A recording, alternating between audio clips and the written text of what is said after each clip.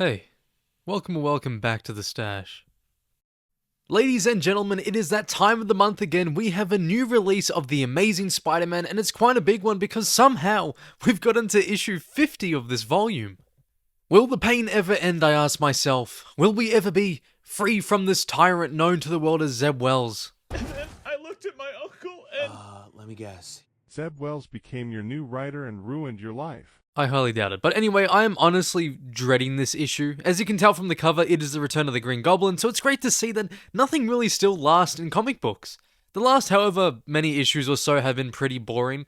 The previous issue wasn't that bad as it was a tie-in, but the rest have just been building up to this one in particular as the real turning point within the story. So join us today as we hopefully begin the end of Zeb Wells' time on the book with The Amazing Spider-Man issue 50. But before we get into that, I just wanted to say thank you all for the recent support on the channel. It's been so immense over the last week or so, and I just wanted to make sure that you all know that I really appreciate it. Also, we're trying to hit 2,000 subscribers before the end of June, and with your help, I know we can do it. So if you like Spidey or just comic content in general, feel free to stick around and maybe hit that subscribe button. Oh yeah, also, we do have a channel membership down below, but anyway, back to the video. So just in case you've missed the previous videos, like if there is a playlist, I'll go over a quick recap. Norman Osborn's sins were supernaturally cleansed, and he has been a force for good in the world, both as the ethical CEO of Oscorp and as the superheroic Gold Goblin. He hired Peter to work for him at Oscorp both for Peter's scientific genius and to be vigilant so Norman wouldn't fall into his old psychotic habits. Recently, Norman's sins returned and Peter took them into himself and became a very sinister Spider-Man. Norman and Kraven of all people used a sci-mystical spear to remove the sins from Peter, or did they? Norman has been acting pretty strange lately, but to be honest, so has Peter. Not too long ago, Peter saved the Living Brain from a vengeful Sinister Six, whom the Living Brain had kidnapped quite easily. Peter had the enormous brain moved to a sealed sub-basement lab at Oscorp under the protection of Dr. CURT CONNORS. But the brilliance of the Living Brain seems to have broken the seal, but to what end? I guess we'll find out in this video. So today, our story begins in Oscorp where nothing ever goes wrong. The Living Brain has seemed to have gone crazy. Everything in the lab is just going completely haywire, but it's not some sort of cyber attack. In fact, the Living Brain is actually trying to communicate with Connors, something to do with a message, something to do with Peter Parker. We switch scenes to see where Pete exactly is. He's just dealt with a dodgy real estate agent and receives a call from the very normal Norman Osborn, and he informs Peter on the message that the Living Brain is sending out revolving around him, and he assures Peter that it's still in his digital clean room under total data lockdown, so his identity should be still under safeguard. After one random outburst later, Peter makes his way to Oscorp. At Oscorp, we discover that the analog signal carried a message. Who is Spider-Man? Which if you've watched my video on the issue 900 of ASM, then you'd remember that the Living Brain was just obsessed with that question. But the real interesting part here is the message printed by the Living Brain trying to communicate with Connors is Peter Parker is not Spider-Man. Now, I'm sure if you've seen the leaks online or even just seen it somewhere else since this book's been out for a little bit now, this is more or less a major warning to everyone in Peter's life. And as Pete, Connors, and an Oscorp employee converse, the Living Brain sends yet another message. Peter goes to Norman's office, and here we find out some things that could potentially be worth of note, but looking at the track record of Zeb Wells, I doubt he's even going to remember any of this dialogue within the next week or so. Anyway, Oscorp is slowly starting to rebuild some of its previous endeavors, and this could be used in many ways, especially if it relates to the Green Goblin. Speaking of, Peter does question him about it, and Norman shows disappointment that he still doesn't fully trust him. Yeah, I wonder why.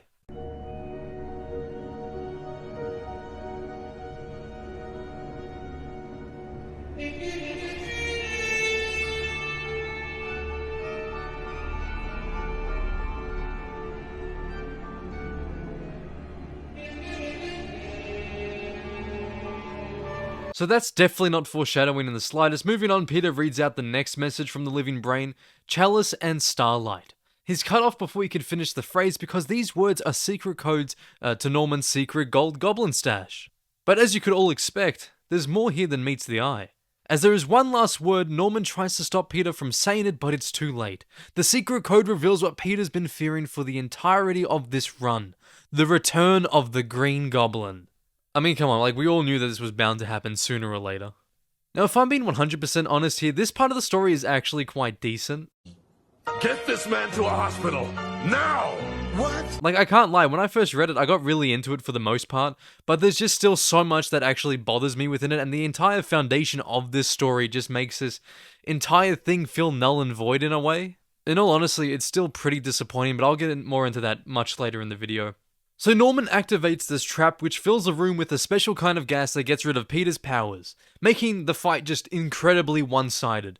Norman is completely back to his ruthless and twisted self, and it's about time, to be honest. If there's one character that should stay evil, that needs to stay as Spider-Man's arch-nemesis, it has to be Norman Osborn as the Green Goblin.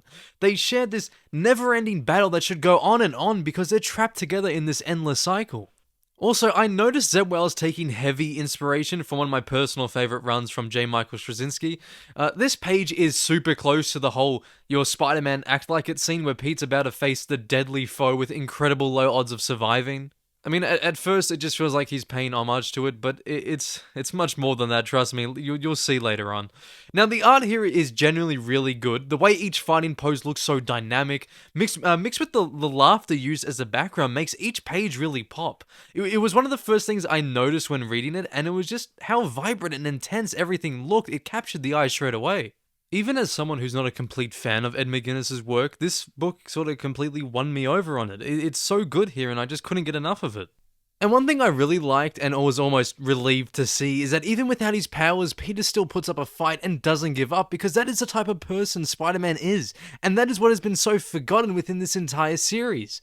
I'm not sure why Zeb Wells decided only till now to actually make Spider-Man act like Spider-Man, but I'm very glad it's in this comic against his greatest foe. Peter questions how Goblin even came back in the first place, since last he knew the Sins were still trapped in the spear that Kraven buried. Goblin then allows Norman to take control again to confess the sins of his own towards Spider-Man. Now in the comic, it cuts away to a current situation with the living brain for one page basically, then back to Spider-Man and Norman, but to make it more simple for the video, I'll get the stuff with the brain out of the way. To be honest, this is where the issues with the book start to begin with me. The living brain, like a caterpillar turning into a butterfly, evolves into the walking brain. Creativity at its finest. You serious? It's honestly really sad to see the living brain being reduced to just a cheap knockoff version of Brainiac. I mean, wow, they really weren't trying to even hide it, were they? This evolution, per se, I feel like could easily make or break the entire character, and knowing Wells, I'd put my money on it just being the beginning of the end for the living brain. I mean, in a way, it's pretty disappointing because he was one of the more decent aspects of these, this volume of Spider-Man. But anyway, back to the story. He continues to repeat himself with the message of Peter Parker is not Spider-Man. However, he clarifies to Dr. Connors that it's not merely a message, it's in fact a warning. Back to our web-slinger now. In a state of fury and panic, Peter is demanding to know whether or not Goblin has found out of his secret lab. This outburst seemed to have cost Peter the one secret he was able to keep hidden from the Green Maniac. He throws Spider-Man right into his lab and begins his search for the secrets Peter was so desperately trying to keep hidden. He moves to the bug from the Oscorp suit Spider-Man was wearing in the beginning of the series and begins his prying. Then what I can only view as Zeb Wells' biggest Hail Mary shot of the entire volume to try to save some part of the character of Peter Parker, Spider-Man claims that he was always prepared for the Goblin's eventual return. Stunned and confused, the Green Goblin is caught off guard and the bug shoots out a gas to take away his own powers. Now it's just man against man. Wait a sec. Yeah. I'm man. The artwork once again shines through with some brilliant pencils. I love the way he captures the pure rage from Spider-Man and all the tension within the scene.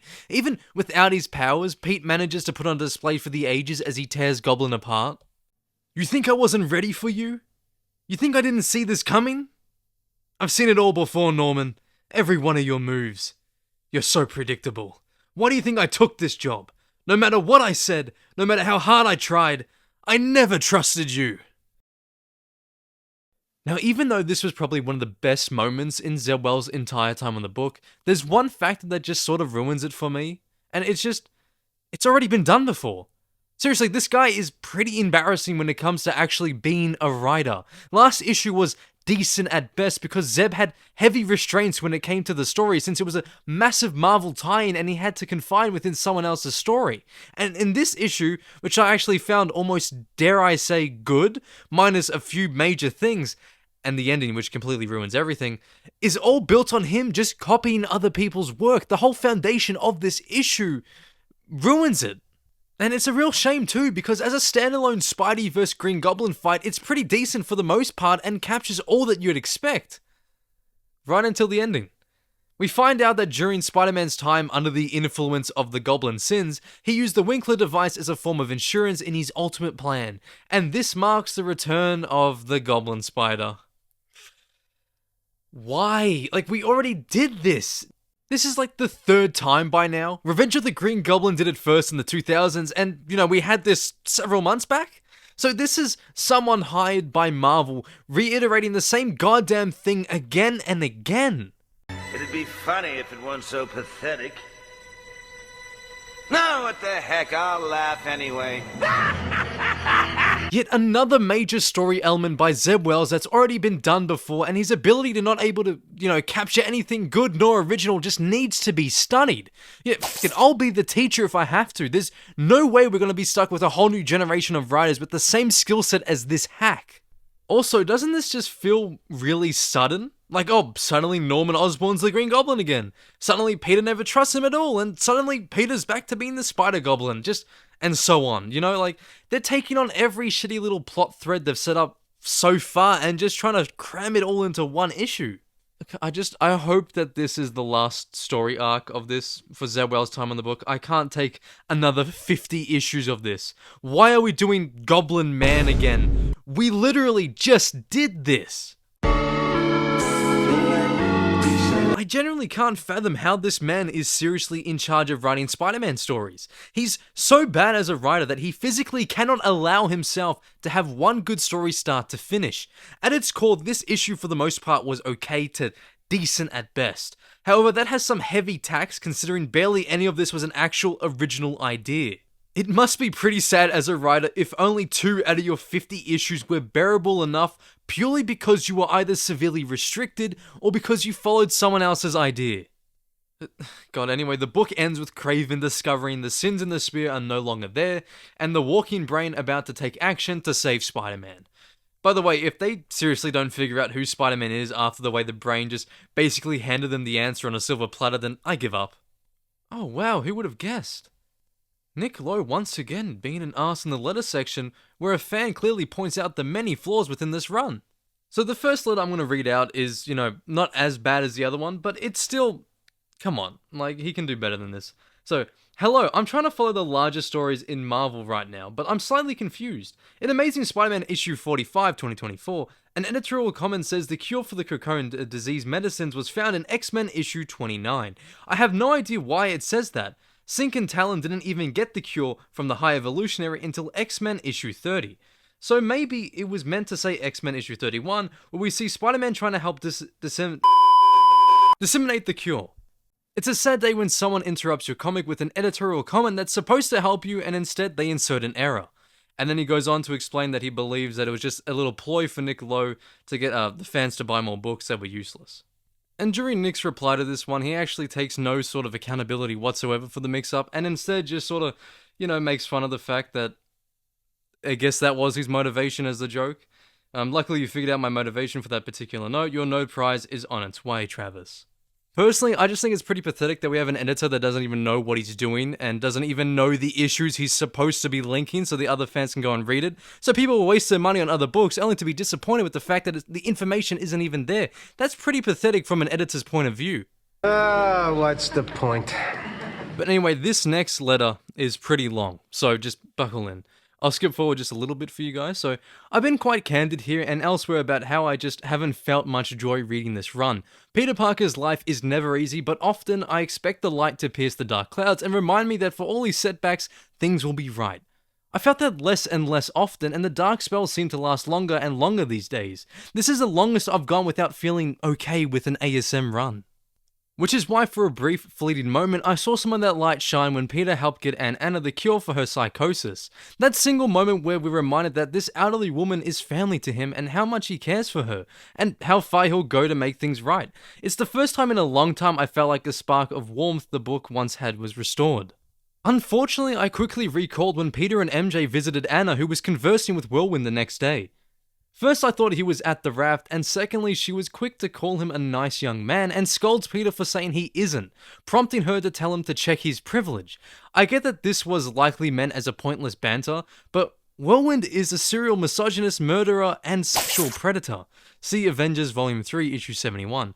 With a repeated and unsavory history of targeting the Wasp, who refers to Whirlwind as bad as they come, and a serial stalking psychopath. There have been more than a few instances of problematic writing and treatment of female characters in this run, and I would be letting myself and others down if I didn't at least say that I don't agree with this defense of Whirlwind or Anna's curious response to tell the orphan who lost 3 parental figures to untimely deaths while caring for his elderly aunt as a teenager that he had better opportunities than Whirlwind did. Wasp has explicitly called David out for being spoiled and squandering his talents and opportunities. You were given a gift, Canon. You chose your path, but you failed to take responsibility for it, and that's what makes you a criminal. I continue to ask that you do better and be more cognizant of how you're writing female characters, with respect and consideration to them and their histories with villains who have crossed the line. Otherwise, it comes dangerously close to becoming dismissive or even apologetic towards those guilty of sexual assault and hate crimes. I'm sure that was never your intention. Simply be more mindful in the future and hopefully we get more light in the darkness to guide our way. Take care of yourselves and each other. Nick Jones. Now, the reply here is pretty interesting to say the least, and it's not the first time Nick has completely just dismissed something that's criticized in the book. So he replies with, "Thanks for writing in, Nick. We certainly didn't want to make light of Whirlwind's crimes. I imagine that Aunt Anna is being exceedingly generous in spirit here. As for finding joy in the book, I'm sorry you haven't found it here. I haven't felt the same way, but Peter does walk a very rough road. This road particularly through the choices he's been making and priorities he's set. We'll see where that road takes him and what joy there is to be found." Now, I don't know about you guys, but I for one am sick and tired of this entire team telling the fans that they're reading the book wrong. How they're the ones that, see everything that's right with it, and we're just seeing everything wrong. We're not reading the book right. I'm tired of it. Maybe they should just actually accept the fact that this book is not good. It is not a good book, and for your fans, like nearly every single fan, to say that it isn't, maybe it means something. So how about instead of just dismissing any criticisms you receive, how about you take it on board and actually make something that's worth our money?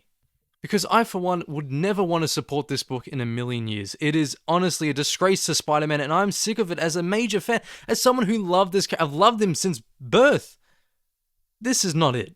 This hasn't been it for a while, and I miss the glory days. I was barely alive for the glory days, but it's a shame that this is what I've had to grow up with.